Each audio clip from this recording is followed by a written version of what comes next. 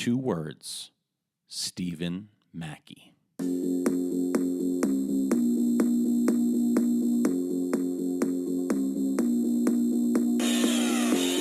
Hello and welcome to 1% Better. I'm your host, Joe Ferraro. Thank you so much for stopping by, for looking to get 1% better. You're in the right spot to learn, to grow, to challenge yourself, to get outside your comfort zone. Today's episode with Mackey. Look out. Notebook ready. Actually, you may want to go first listen, no notebook, just absorb, then take a walk, listen to it again, maybe 2.5 listen, you go notebook. Mackey is a student. He is a student disguised as a motivational speaker. That's what I uncovered in our talk. And I love the fact that we connected, and I hope you're following him at Mackey Speaks on Twitter. He's all over. He's in locker rooms throughout Texas and throughout different places around the country right now, including the upcoming ABCA convention. He's transferring over football, baseball, back and forth. He's trying to grow you. His thing is 2 words. We like 1% around here, and we even talk about that on the show. What an honor to talk to Mackey. He made me think, and in the days following our conversation, the man has followed up. He's become a resource. As I've stepped outside the classroom, spreading the word of 1% better, Mackey has been there helping me along the way. Couple of quick announcements. As always, you can find me at get1percentbetter@gmail.com and at Ferraro on Air on Twitter. The follows mean a lot. The reviews on iTunes mean a lot. And the personal emails that you're sending telling me that the work matters mean an awful lot. This week I had a chance to go and speak to a hockey team. Fox Lane High School invited me to come in, talk to the boys and girls on the club, just sharing the habits of 1% better. It was a new concept for many of the people in the room. Coach Joe and Coach Berger reaching out afterwards to me to thank me. It means an awful lot, and I hope the kids got something out of it as they go forward. We talked about get to over have to. We talked about 1% better. We talked about what is a winning culture. If any of this sounds like stuff you want to be a part of, anything that I can help you with, reach out and let me know. I'm available to speak to your group. I've been loving the work outside of the classroom, meeting new people and sharing the message. Special thanks this week also to John Belt of the Teacher Tunnel podcast. A few people have reached out to tell me they enjoyed listening to me speak about teaching and education and learning. John brought the best out in me, and I really enjoyed listening to it.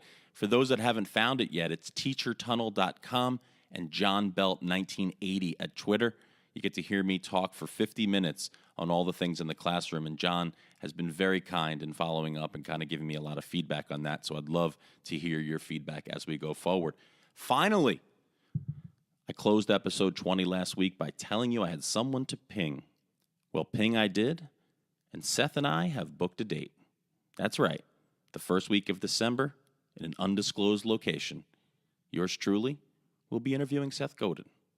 The dream has begun to take shape, and it is happening. Email me, tweet me, let me know if there are questions that you've been dying to ask Seth. I have more questions than I'll ever be able to get to, but if there's something you really want to know, let me know. Seth will be making us 1% better at a time coming soon. Last thing, Mackey's a 2-word guy, and he uses that right out of the top of the show. I'm a big 1-word guy. I don't know if you're aware of the book, 1 Word That Will Change Your Life by John Gordon, Dan Britton, and Jimmy Page, but it's my single best recommendation for a New Year's book. If you're looking to regroup and think about your life in the coming year in 2018, rather than New Year's resolutions that don't always work, think about 1 word, the book argues, that can shape your entire year. I've done it for a number of years, but this year we're taking to the hashtags. Hashtag 1% 1 word. Use the numerals. Hashtag 1%, 1 word. I looked it up. There was not a single entry under that hashtag. So 1% listeners, here's the challenge. Anytime from today until after New Year's, I want you to share the 1 word that is going to shape your life. I've used energy in the past. I've used relationships. I've used fearless last year. What will my 1 word be? Haven't decided just yet, but I want to hear what your word is going to be. I usually pick mine in December, and I want you to think about getting that book.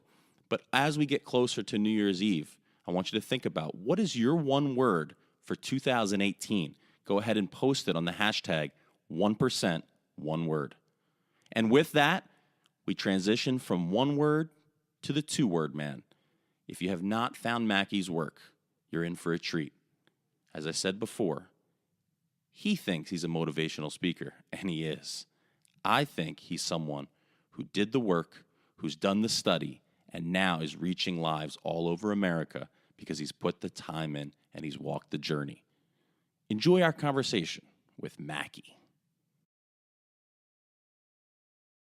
Man, I am thrilled to welcome in my guest today. He is a motivational speaker. I look at him as a teacher.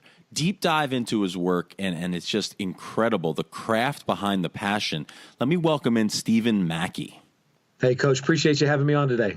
Mackey, how are you, man?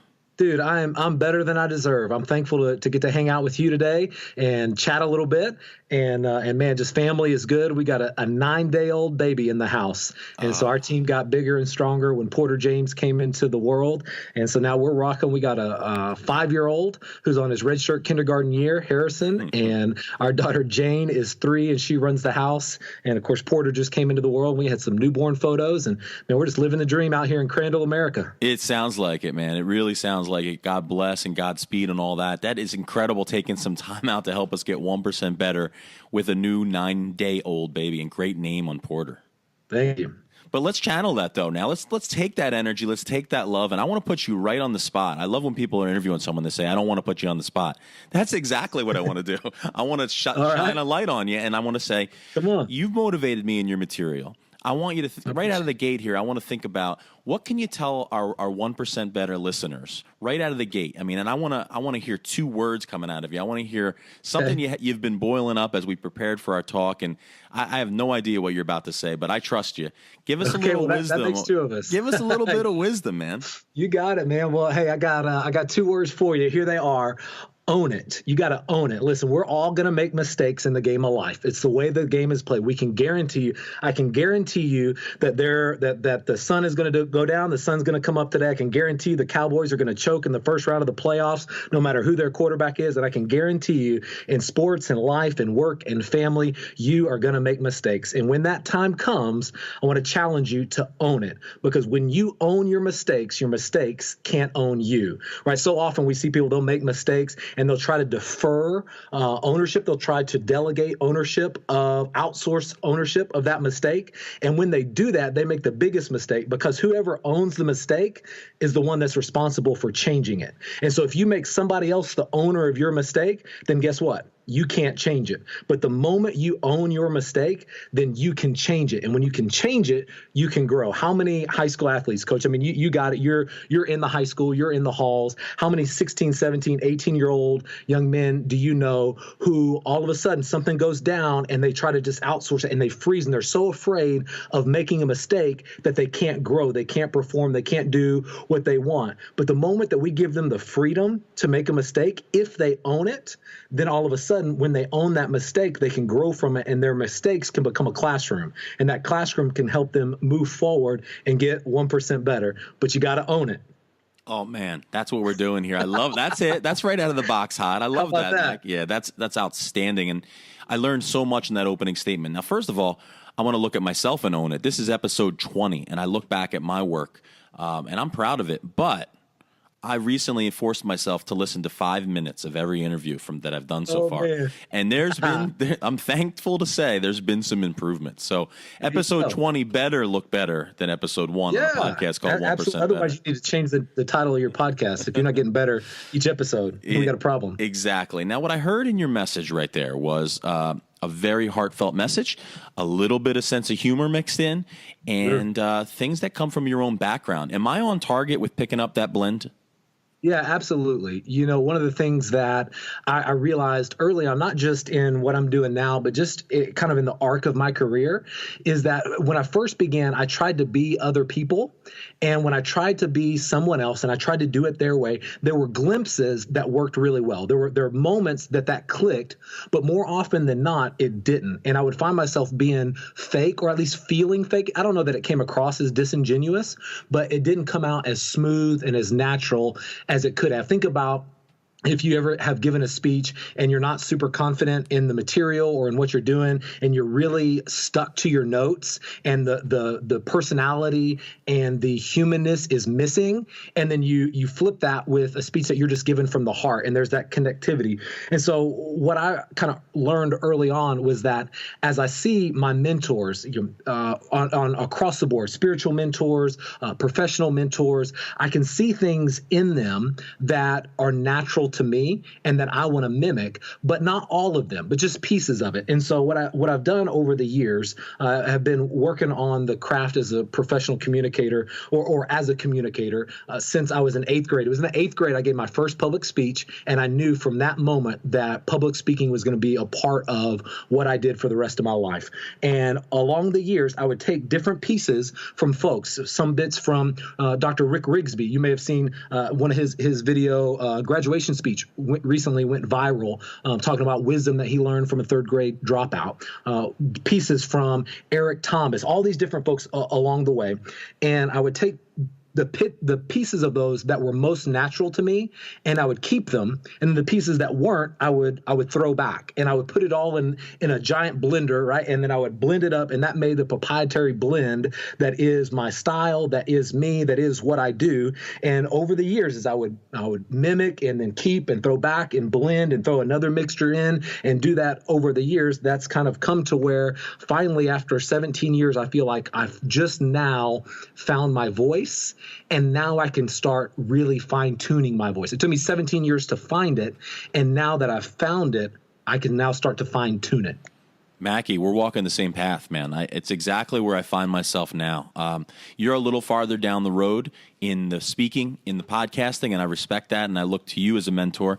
In the classroom, I'm in year 19, so I have found that voice. I'm feeling exactly what you're feeling now, taking a little of this teacher, a little of this mentor, a little bit of this author, a little bit of this professional, and going there. So I know exactly what you're talking about. I think it's one of the things that attracted me to your work. I appreciate that. I really do. Now, let me ask you this.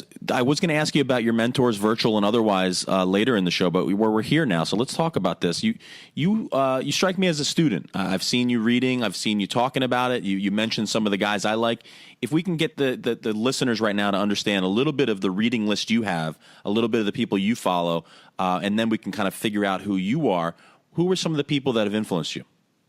Sure. Most recently, I would say the list that I'm jamming with most right now, Commander Mark Devine. He has a podcast called Unbeatable Mind, and is just phenomenal. Navy SEAL commander, has created SEAL Fit and just talks through the five mountains and is just great, not only physically, but mentally and emotionally.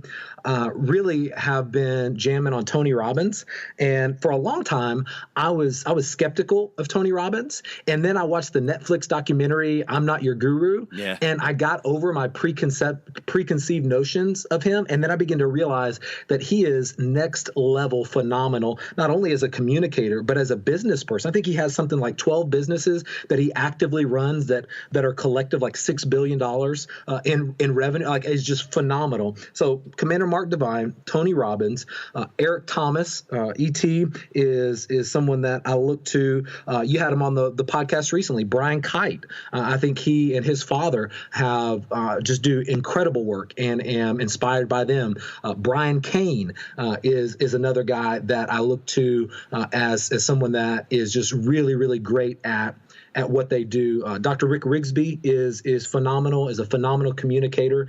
And so those are some of the guys that I've been jamming on. Some like Dr. Rigsby since I was young and others more recently. But that's kind of the short list of folks that I listen to on a regular basis. Yeah, you know what's great about interviewing you is every time you say something, it gives me 3 additional questions. And I love it. And I love that. I knew it wasn't going to be enough in 40 minutes. But you mentioned Professor or Dr. Rigsby. I was completely unfamiliar with his work until this latest speech, which I recently called possibly the greatest speech I've ever seen. I know that's absurd to say, but it was that good. You've been following his work for some time?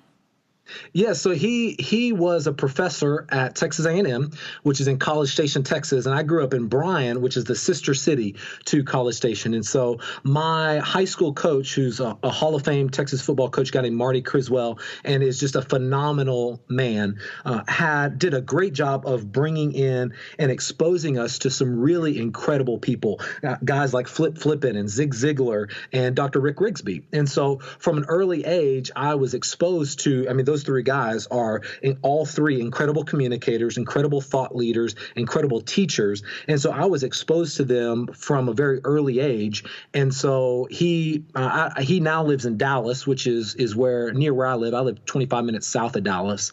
And so I have kept up with him through the years. And he actually, of course, made his professional career in the academy and as a professor of communication. And then, of course, is a communicator and does lots of teacher in-services, graduation speeches, motivation things, and business development. So he is phenomenal at what he does and really threads the needle of content and humor and pacing.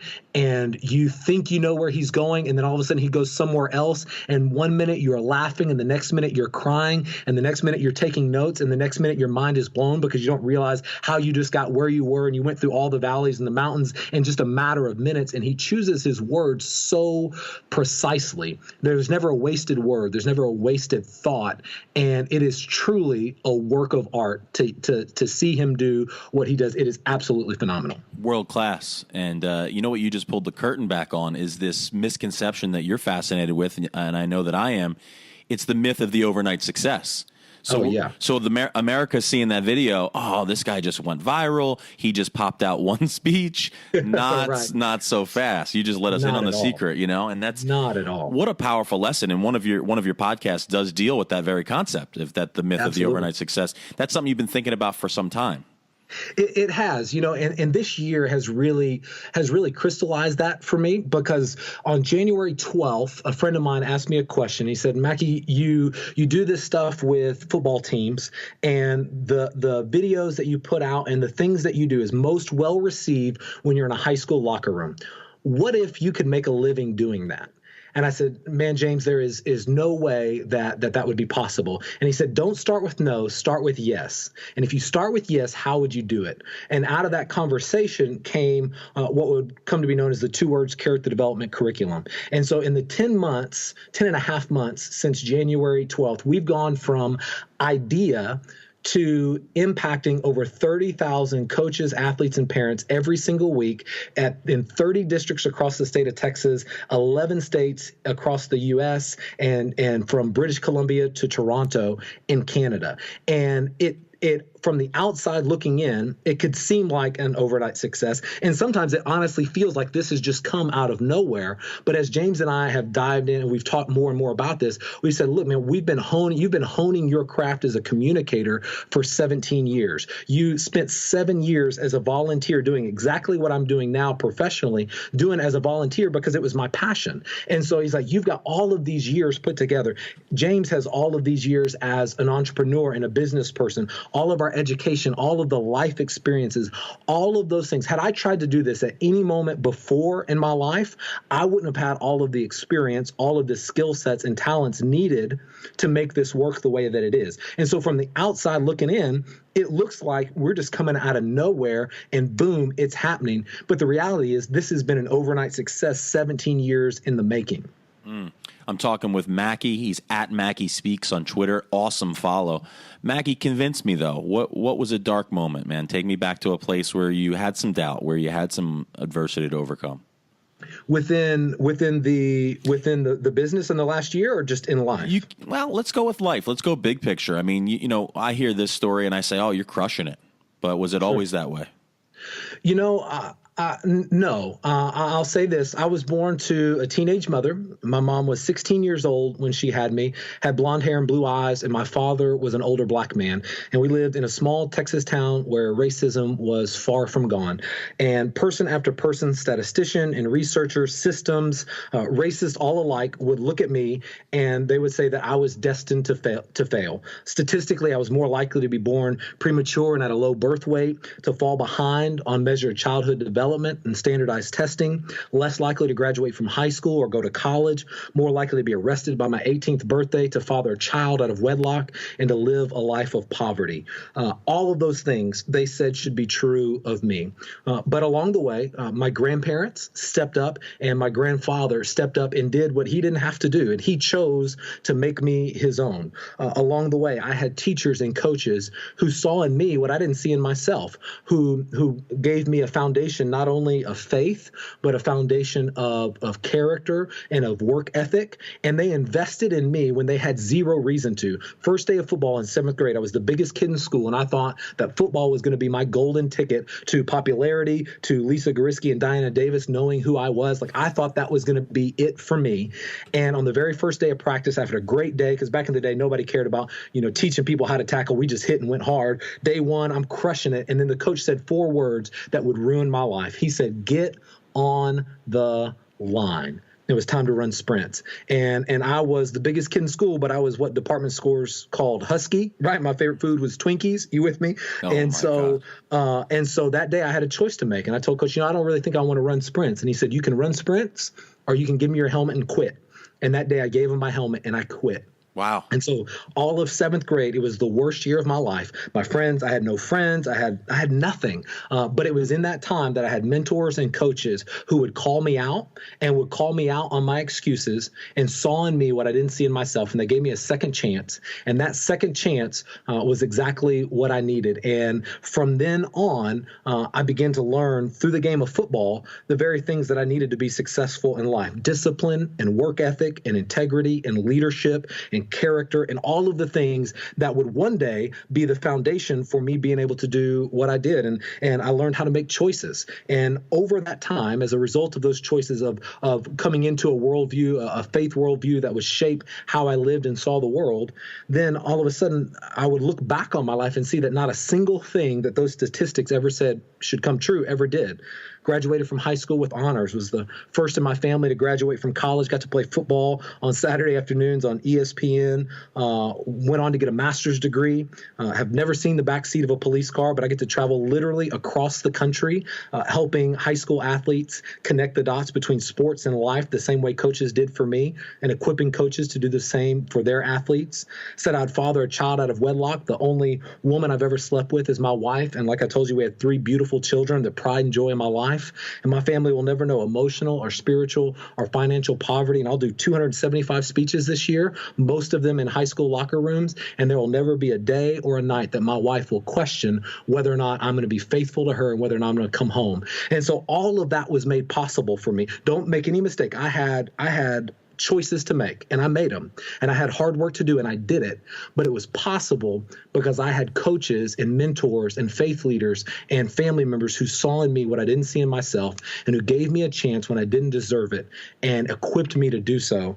And so out of that darkness, out of that unlikely story, has come my life mission, my calling, my purpose. And so I would say that's about as pretty dark as it gets, I guess. Wow. Yeah, that's a damn moment right there. That's thank you for being vulnerable and sharing that, Mackey. That means something. Yeah, man, my pleasure. And now I want to look from here, look onto the horizon with me. And now, are you a guy, as we get to know each other here, are you a guy that has a vision for the future, or are you a one step at a time, nose down grind guy? I always talk to different people, and I see there's those 2 types. It's that I have a plan, I know where I'm going to be in 10 years, and then there's the other side. Let's just keep our nose down and keep working. Where are you today?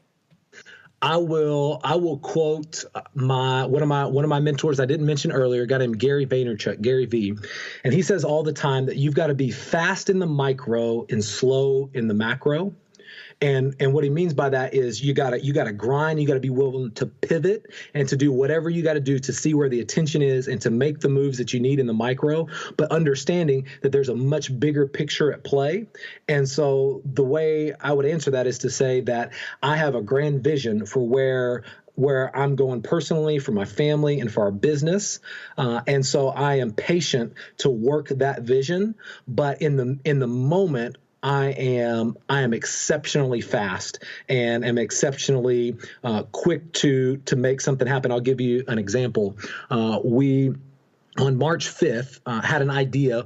What if we did a scholarship for graduating seniors who played the game the right way? And we just wanted to celebrate them. We said, look, let's put our money where our mouth is. And we say that when you play the game the right way with character and you're a leader and you use your influence for those that have none, then you're gonna be successful in the game of life. But that doesn't always translate to college scholarship dollars. So what if we put our money where our mouth is? And before we had made a single penny, we gave away $4,000 in scholarship. On March 5th, we had the idea. By March 20th, we had reached out to every high school coach in Texas 4A, which is the third largest district. That's about that ended up being about 120 coaches across the state. And then from there, we ran between then and April, we ran a statewide March Madness style online voting competition. And by May 15th, we'd give away $4,000 in scholarships to some graduating seniors who were just phenomenal young men and women. And that all happened within a matter of 2 months.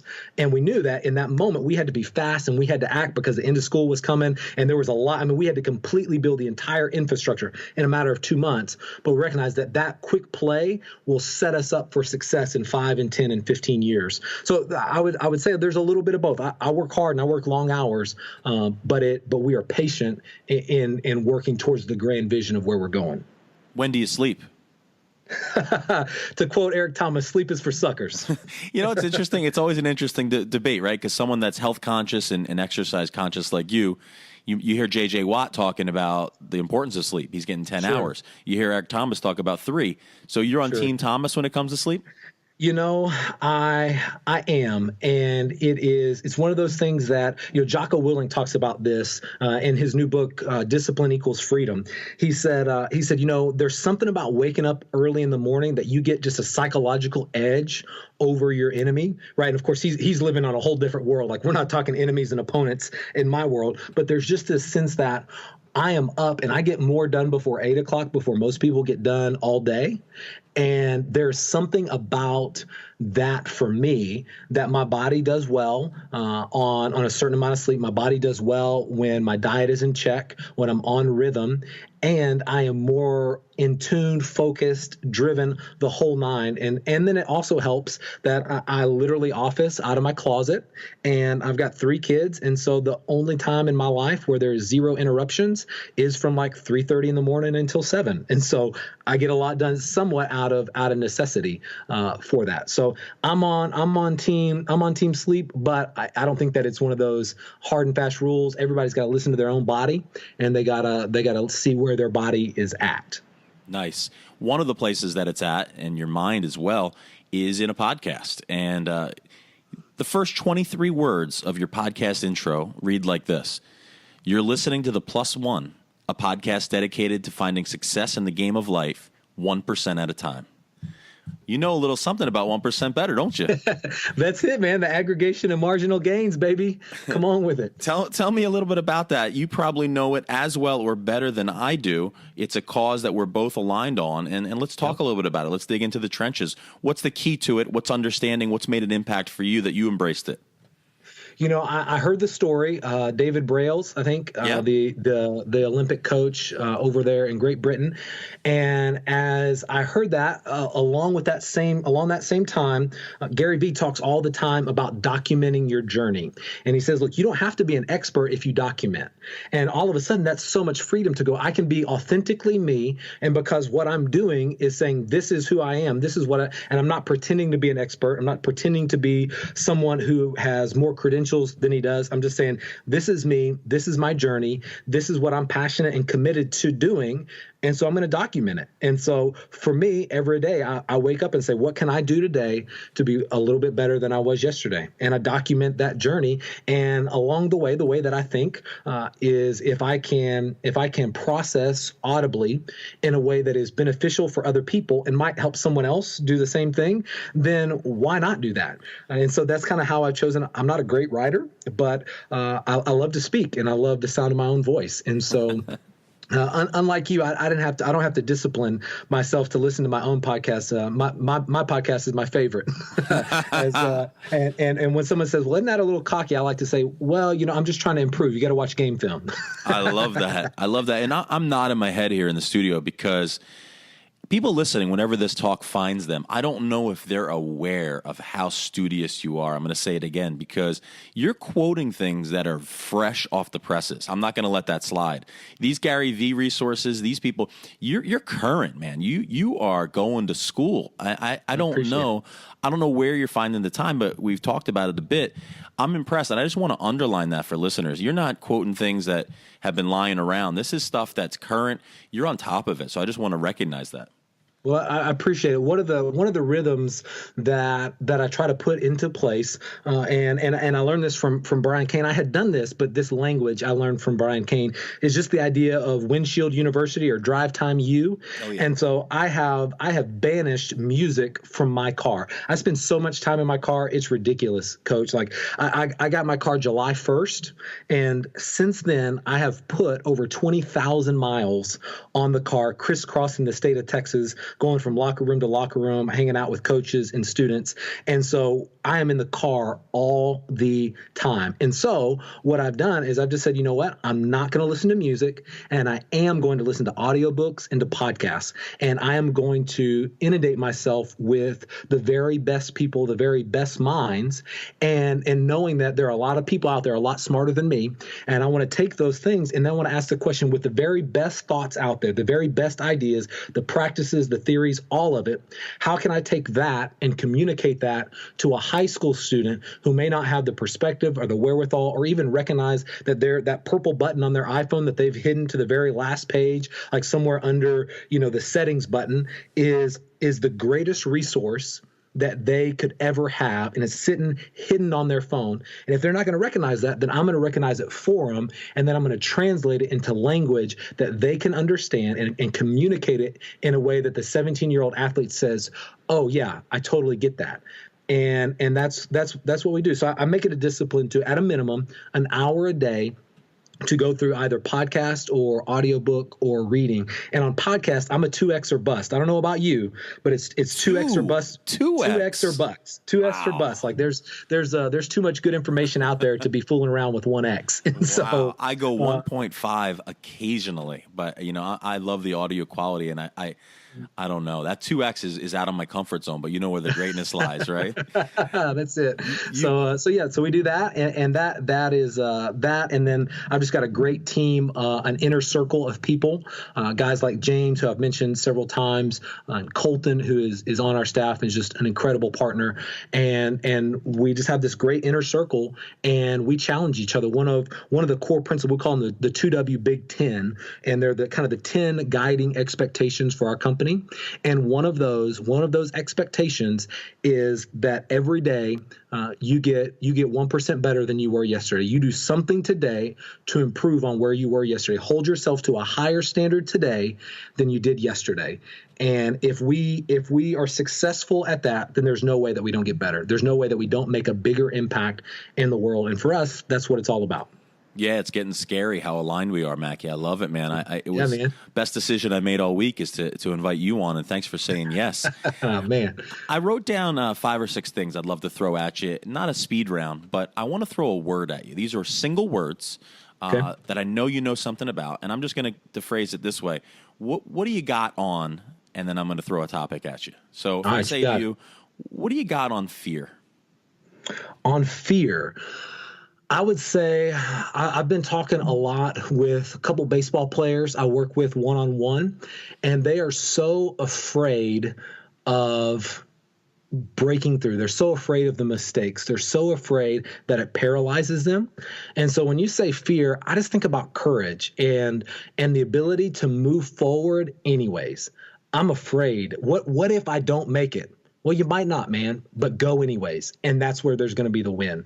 And I think that the go anyways, when you say fear, my mind goes to do it anyways. What about sacrifice? sacrifice required. A lot of things in life are optional. Talent is optional. Coming from the right family is optional. The right town, the right school, having the right resources, all those things are optional. But the one thing, if you want to be successful in sports or in life, that is required is sacrifice. Permission. Give yourself permission. Give yourself permission to fail. Give yourself permission to grow. Give yourself permission to succeed.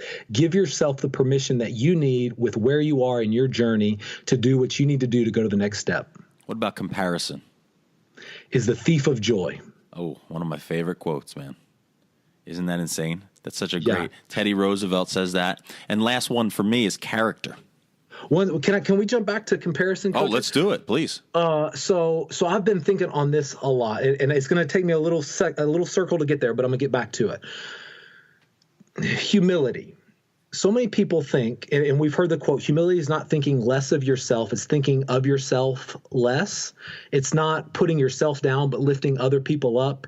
It's not that you don't talk about yourself, but it's that you celebrate or ask about someone else before you do. And so often people think that humility comes from a lack of confidence and that cockiness is the equivalent. You have confidence, then you can be cocky. If you don't have confidence, then you have to be humble. But I think the reality is that only the most confident people can actually be humble. Because if I am insecure, then I need to peacock around so that you will celebrate me. I need to peacock around and compare myself to other people to see where I stand. But if I'm confident and I don't need you to celebrate me for who I am and for what I do, if I'm confident in who I am and what I have that deep alignment with my core value, my ambition is driven by my alignment and not the other way around, then all of a sudden, I can be so confident and so humble that since I don't need you to celebrate me, I can celebrate you. Since I'm not worried about comparing myself to you and seeing how we stack up, then I don't have to worry about how I stack up. And I don't have to worry about my joy of pursuing my passion being stolen or the impact that I'm making being stolen because I'm not comparing myself to you because I'm not so insecure as to need to do that. So as an extension to that then, so when you see the Eric Thomases of the world and you see people with that kind of charisma, do you ever have to remind yourself you're not trying to be E.T.? For a long time, especially when I first met him, because it is intoxicating, the energy, and it is intoxicating the style that he has. But I just had to catch myself and go, hey man, listen, people are interested in me and the proprietary blend that is me. And just this very same things that make people like Eric Thomas are the things that make them like me, which is that he is authentically himself. As best I can tell, and what do I know? This is all through a computer screen. That is who he is. Time has shown that he has been the same on the YouTube videos when they were first getting started, when they went viral, when Breathe You, when he's traveling, one of the top speakers in the world. He has been the same across the board. And so I think that what people are most interested in is authenticity and that they have a high BS meter. And if you're not authentically you, then people are going to sniff that out and they're not going to respond to it. But if you are, then they will. And so I think that along the way, I just had to kind of say, look, I'm going to be me. And that has to be enough. And I've got to be confident in that because me is all I can be. And turns out I'm the best me there's ever been. Nobody's been me better than I've been me.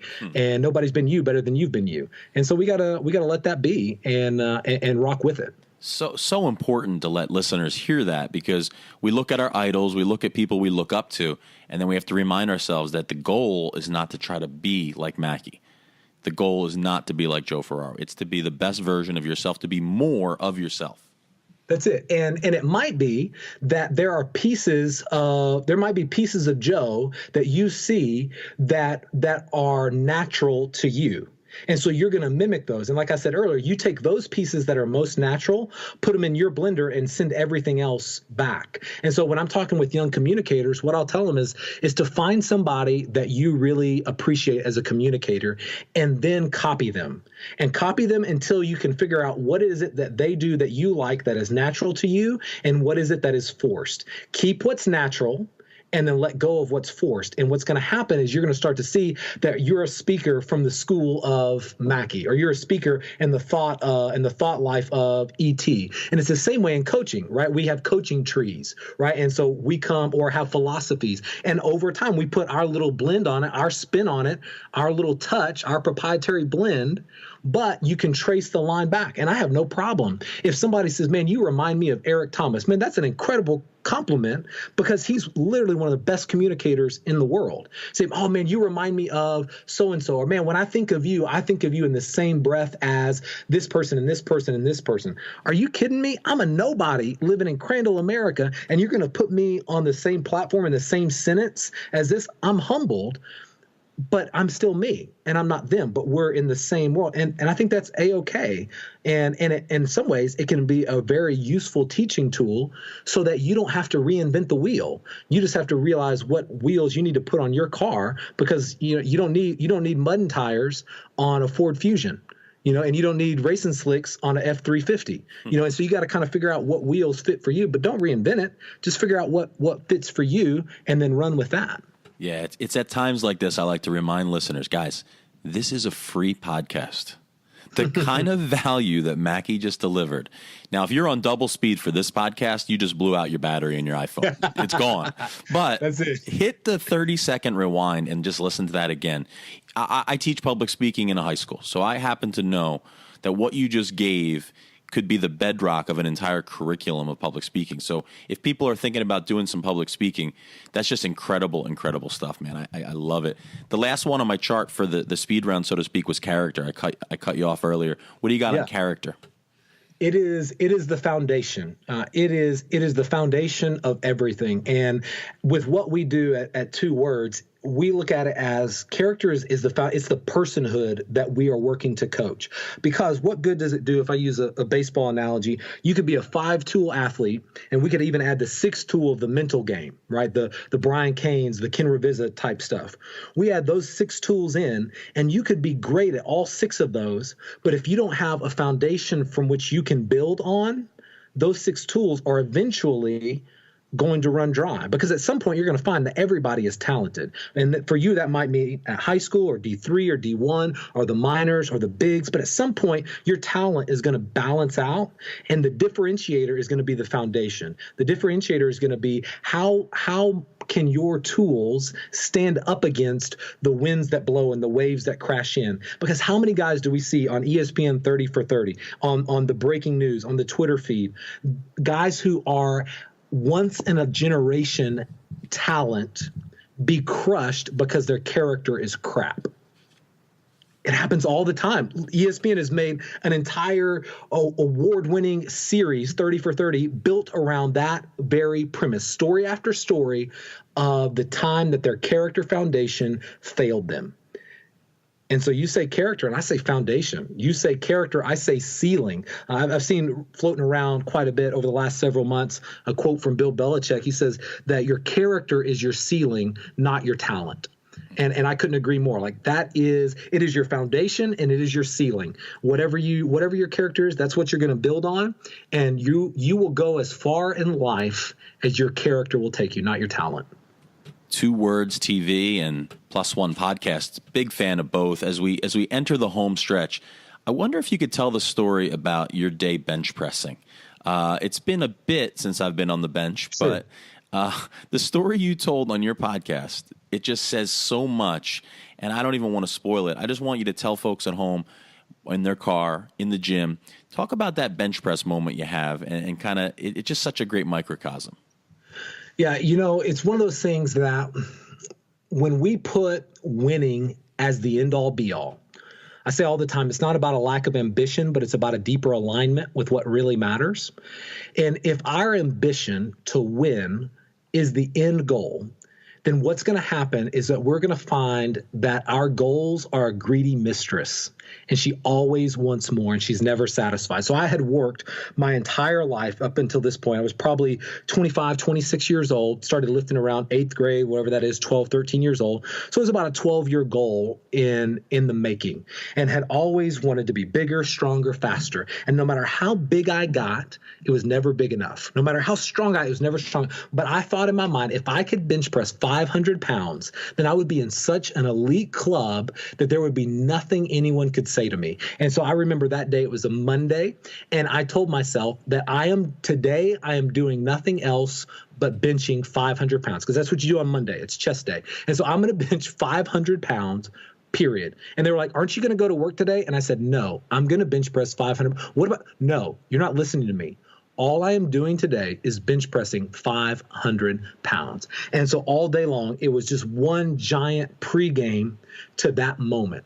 And I got to that moment, and there I was. I had the video camera set up. I was jacked. Metallica was on 13. Give me fuel, give me fire, give me that which I desire. And I was just, ooh, yeah, I was going and racked up. And my partner there, he lifted up the weight. And I remember I brought it down, and it was just in complete control. And it was one of those moments where everything was just perfect. It was the movie. It was the Hollywood. It was exactly like I visualized it. Ken Revisit would just be celebrating my process in that moment. It touches my chest, and boom, I drive it up slow and controlled all the way up. I rack it, and I jump out of the rack, and I am just celebrating. I'm punching the air. I'm high-fiving. I'm hugging the man sweaty hugs, the whole nine. And I watched the video, and I was like, yeah, this is awesome.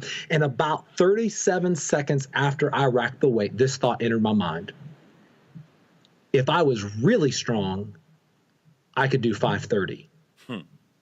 And that 12-year goal was good enough for about 37 seconds, because what I was most interested in was the win, was reaching that one tiny little thing, and let my ambition be the end goal. Now, had I had a deeper alignment and recognized that there was something deeper at play, and recognized that it wasn't just about winning, but about being successful, then I could have recognized that the process that I had taken, the dedication, the ethic, and the commitment, all of that helped me get to that 500-pound bench press, could be the very thing that would help me build a business, that could help fuel the generosity of my family. That exact same mindset would be the very same skills that I would need to be successful much further along than the weight room. But in that moment, I didn't know it. I just had the ambition. And it was from that I learned that if winning is the end goal, then winning will never be enough. I was talking to a young man yesterday who is frustrated with his velocity. He's like, I just can't get over the 86 mile an hour hump. And that's all he is consumed on, is that one little hump. And I said, man, but what happens when you get to 87? He's like, well, then I want to throw 90. And I said, well, what happened when you throw 90? Well, I want to throw 93. And then what about when you throw 93? And you see how it goes. And I said, look, eventually you're going to get to a place where reaching that isn't going to be enough. So what's the deeper thing? What's the deeper alignment? What's really at play? And I've been challenging him to try to think deeper about it. And it was a lesson that I learned out of realizing just how greedy winning can be. Such a great story. When I hear that story, I picture Urban Meyer sneaking out instead of celebrating the national championship, making recruiting phone calls 10 minutes after the bell, after the whistle. Yeah. You know, there's a healthy part to it, and there's an unhealthy part to it. So I appreciate you sharing that story. You speak with an uncommon urgency, Mackey. Why is that? Coach, I've spent my entire professional career around the high school locker room, both as a person of faith in student ministry, and now as, on the coaching side. And every day I see young men and young women who walk into a locker room. They have no hope. They're looking for a way out. They're looking for something. They don't even know what that something is. And there are so many people who are willing to feed them the very worst that life has to offer, that if we don't get out there and do something, like, lives are going to be ruined. And so as I look at this, like, I sit and say, there is much more at play. And we just don't have time to play games. Man, I quit school because of recess. I don't play. Like, there's just not time to play games. I have never, ever heard that. That cannot be. Is that original? The first 3 times you use it, you got to quote me. 4 to 6, you can say a friend of mine said this, and then 7 and on, you can own it. It's all you. Absolutely bananas. Oh my God! I was just about to ask you how you shut your mind off. Where's the healthy mental break? Where's the recharge? Where's that come from? At this point, I'm just gonna be completely honest with you. I don't have one. Got it. At this point, that is a soft that's a soft underbelly for me as a person, and it's a soft underbelly because there is such a sense of urgency, and I don't want to do any, like, people ask me, like, what do you do? And I'm like, I work and I hang out with my family. And that's it, because this is all I think about. It's all I'm interested in. It's what wakes me up in the morning. It's what I think about when I go to bed. And I have my inner circle who is loving me and walking me and challenging me through this. But it is the place that I've got the most growth to do, is to learn how to shut off, how to recharge, how to pace myself, how to do all of those things, and figure out, as you say, the right work-life alignment, and figure out when it is, and just the crazy thing to just turn my phone off for the 2.5 hours between the time or 4 hours between the time my kids get home from school and they go to bed. It's hard. It's addicting, man. And so I'll be honest, man. That's a place that I've got some growing to do. Yeah. Now, I mean, the Gary V connection becomes crystal clear for people that don't know Gary's work. Go ahead and check out a little Gary V. You'll see some similarities with Mackey in a good way. Final question is the toughest one. I saved it for last. Talk to me about your T-shirt game. Oh my goodness, you have a serious T-shirt game that I would look pretty good in a few of them, not all of them, a few of them. Talk to us about what's going on there. Okay, so I have made connections through social media with a guy named Kyle Mock, and he runs what's called Athletes Brand, athletesbrand.com. And he was a guy that we just were kindred spirits, a lot like you and I. We connected right away, and he has this incredible business where the work and the life and the passion and the value first all sync up. And what he does, he was a baseball player. His career got cut short through injury, but had this incredible network of professional athletes. And he said, what if we could use their influence and my budding college T-shirt business, if we could pair those together and make a social change, and we could make a living doing it? What if we could do that? And so what he does is every month he teams up with a professional athlete, and they create a limited edition, limited print shirt for a specific charity. Several of them that have come out. I think the one that is out this month is for Crohn's disease. There's been all kinds of different cancer research, leukemia, all kinds of different nonprofits. And then they set a set number of shirts. And once that target goal of money raised is reached, then they print the shirts and send them out, and then it's over and they're done. So you got to get in quick. And so I just bought in hook, line, and sinker. Like, I'm not a fanboy on a lot of stuff, but I am a Athletes Brand fanboy. And so their shirts are inspirational. They're awesome. They're great quality, and they go to a great cause. And so every single month I get a shirt, and he and I have worked together on several different things, and I've got some stuff in the works, but I get a shirt every month, and I make sure that every chance that I get, I have one of those shirts on, because number one, they're inspirational. Number two, they make me look a little bit stronger, a little bit more swole than I really am. And number three, they go to a great cause. And of course, most importantly, there's just that synergy between our mindsets of how can we use our skill sets and our passion and our influence to make a difference. It's my favorite quote. It's my life's mission, if you will. Guiding principle is to say that the purpose of influence is to help those who have none. And as athletes, we have an influence that is unique in history and in time, and specifically in the American culture. And so every day I ask the question, how can I help athletes wake up and connect the dots between sports and life, and help them use their influence to help those who have none? I just want to thank the podcast gods for smiling on me there. I mean, I did a little observation work, and the question just led to great things that I had no idea about. That's it, man. Mackey, No, what man, what have you're we missed? What have we missed? Oh, you were complimenting me. I don't want to cut you off, but what have we? No, man, Go ahead. this has been a great podcast, and I've really been enjoying listening to it and growing along with you. And I love that you. If I can just turn this around, I love that you go in so many different directions, and sometimes that can be almost like shooting yourself in the foot, right? They say like the riches are in the niches, and so in some ways that can shoot you in the foot to try to be a little bit of everything for everyone. But I think what you're doing is you're putting together a diverse group of interviewees who may sound different, live in different spaces, or do different things, but they have this one common thread of personal growth and an ethos that is similar. And so rather than making the synergy on the brand or the market, you're making the synergy on an ethos. And that, I think, allows you to bring in such a diversity of people, from baseball coaches to business people to whatever kind of people.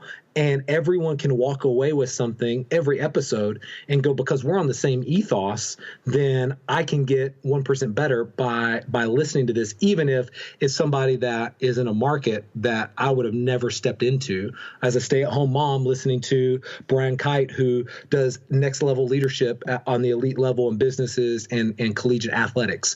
And yet, because it's the same ethos, that stay-at-home mom can be made a better mom by listening to the things that he talks about, or any of your guests talk about. So I just celebrate you for that. Way to go on your part.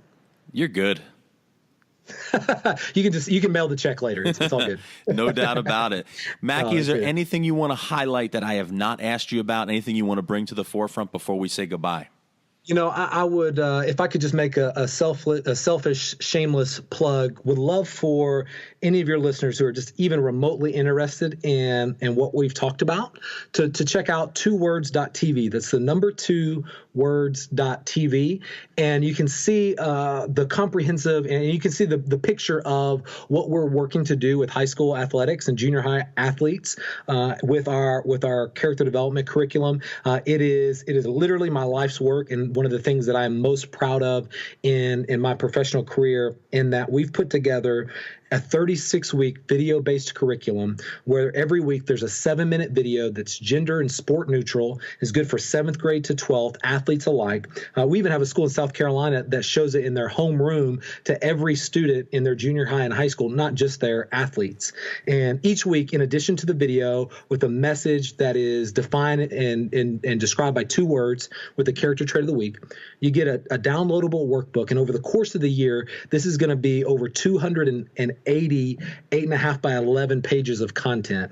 And if you were to shrink that down, it ends up being somewhere around 80,000 words. And so it's just, the size of a large nonfiction book, right? And it has lessons every single week for coaches, captains, athletes, and parents. It helps coaches look for the things in the practice that they've scheduled, whatever their sport, that will reinforce the trait of the week. It helps your leaders and your athletes develop an others-centered leadership mentality.